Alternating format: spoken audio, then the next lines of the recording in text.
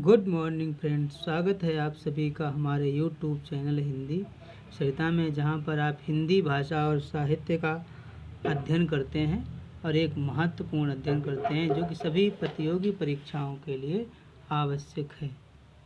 तो आज का हमारा टॉपिक है हिंदी साहित्य का इतिहास लेखन में आचार्य रामचंद्र शुक्ल जी का योगदान। इससे पहले हमने हिंदी साहित्य के ग्रंथों पर 3 वीडियो डाले हुए हैं। अगर आप देखना चाहें तो हमारी प्लेलिस्ट से देख सकते हैं। आज हम पढ़ेंगे रामचंद्र शुक्ल का हिंदी साहित्य के इतिहास लेखन में उनका स्पेशल जो है विशेष योगदान क्या है, इसके विषय में आज हम अध्ययन करेंगे। तो देखिए, जैसा कि आप सभी को विदित है कि प्रारंभिक जो 2 ग्रंथ लिखे गए, इस्तवार दला लिटरेतुर एंदुई हिंदुस्तानी गारसा दतासी जी का और दूसरा शिव सिंह सेंगर जी का शिव सिंह सरोज, इन दोनों ग्रंथों में काल विभाजन का कोई प्रयास नहीं किया गया।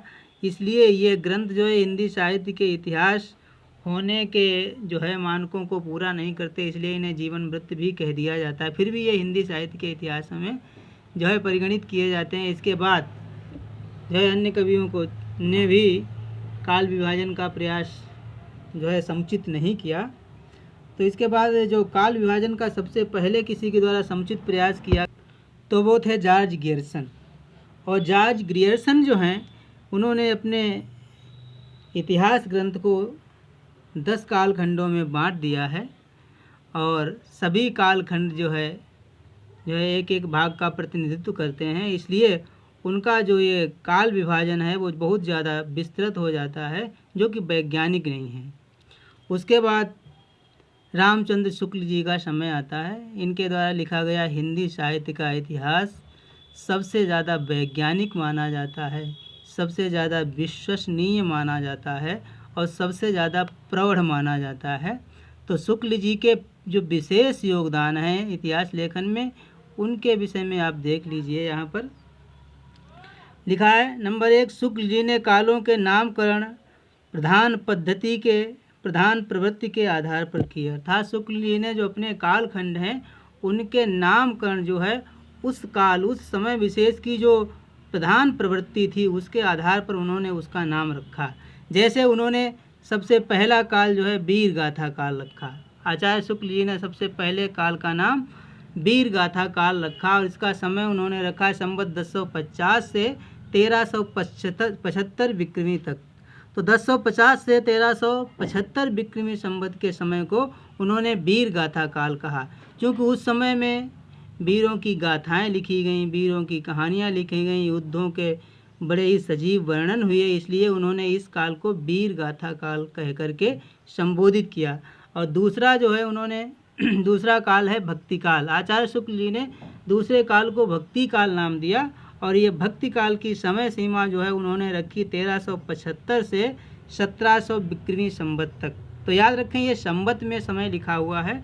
तो 1375 विक्रमी संवत से 1700 विक्रमी संवत तक का जो समय है इसे उन्होंने भक्ति काल कहा, क्योंकि इस समय में भक्ति की प्रबलता थी, भक्ति ही साहित्य में सर्वश्रेष्ठ रूप में चित्रित हुई। इसके बाद में तीसरा काल है जिसे कहा उन्होंने रीतकाल। तो रीतकाल की समय सीमा उन्होंने निर्धारित की 1700 से 1900 ईस्वी तक। तो 1700 से 1900 विक्रमी संवत तक का जो समय है वो रीतकाल के अंतर्गत आता है और इसे उन्होंने रीतकाल इसलिए कहा क्योंकि इस समय लक्षण ग्रंथों की रचना की गई जो कि रीत परंपरा के अंतर्गत आता है, इसलिए उन्होंने इस काल को जो है रीतिकाल कहकर संबोधित किया। इसके बाद में नंबर 4, चौथा काल जो है वो गद्य काल कहलाता है और इस काल को, चौथे काल को उन्होंने गद्य काल कहकर के संबोधित करना उचित माना, चूँकि उनका मानना था कि यहीं से गद्य का प्रादुर्भाव हुआ, गद्य का विकास हुआ, इसलिए उन्होंने इसे हिंदी साहित्य का गद्य काल कहा। और हिंदी साहित्य के गद्य काल की समय सीमा उन्होंने 1900 से 1984 तक निर्धारित की। इस प्रकार से जो उनके कालखंड थे। लिखा है नंबर 2, बाद के इतिहास लेखकों ने शुक्ल के इतिहास ग्रंथ का ही अनुकरण किया। अर्थात शुक्ल जी के बाद में जितने भी इतिहास ग्रंथ लिखे गए उन सभी इतिहास ग्रंथों में शुक्ल जी का अनुकरण किया गया, शुक्ल जी की पद्धति की कह सकते हैं कि नकल की गई। नंबर 3 है इतिहास लेखन की 4 पद्धतियाँ होती हैं। तो इतिहास लेखन की जो 4 पद्धतियाँ होती हैं ये इस प्रकार हैं। ये भी प्रश्न आया हुआ है पिछली परीक्षाओं में, जहाँ पर पूछा गया इतिहास लेखन की पद्धतियाँ कितनी होती हैं, और कभी कभी ये पूछ लिया जाता है कौन सी होती हैं। तो इसमें से एक हटा कर कोई गलत शामिल कर दी जाएगी, तो आपको बताना है इनमें से गलत कौन है, इसलिए इनको भी याद रखें आप। जैसे इतिहास लेखन की 4 पद्धतियाँ, वर्णानुक्रमी पद्धति, वर्णानुक्रम पद्धति अर्थात यहाँ पर वर्णों के अनुसार कवियों और साहित्यकारों को स्थान दिया जाता है। दूसरा है वैज्ञानिक पद्धति, यहाँ पर वैज्ञानिक विधि से प्रत्येक चीज़ को सूक्ष्म रूप से दृष्टिगत करते हुए स्थान दिया जाता है अपनी पुस्तक में। और तीसरा दूसरा वो है कालानुक्रम पद्धति, और चौथी है विधेयवादी पद्धति। तो इस प्रकार से वर्णानुक्रम पद्धति, कालानुक्रम पद्धति, वैज्ञानिक पद्धति और विधेयवादी पद्धति, ये 4 पद्धतियाँ हैं हिंदी साहित्य के इतिहास लेखन की, जिन्हें आप याद रखें, यहाँ से प्रश्न पूछे जाते हैं।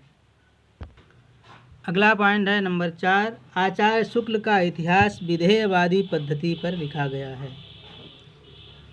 नंबर 5, विधेयवादी पद्धति के जन्मदाता तेन हैं। कई परीक्षाओं में पीजीटी की और टीजीटी की परीक्षाओं में प्रश्न पूछा गया है कि विधेयवादी पद्धति के जन्मदाता कौन है। तो आपको याद रखना है विधेयवादी पद्धति के जन्मदाता जो है वो तेन हैं।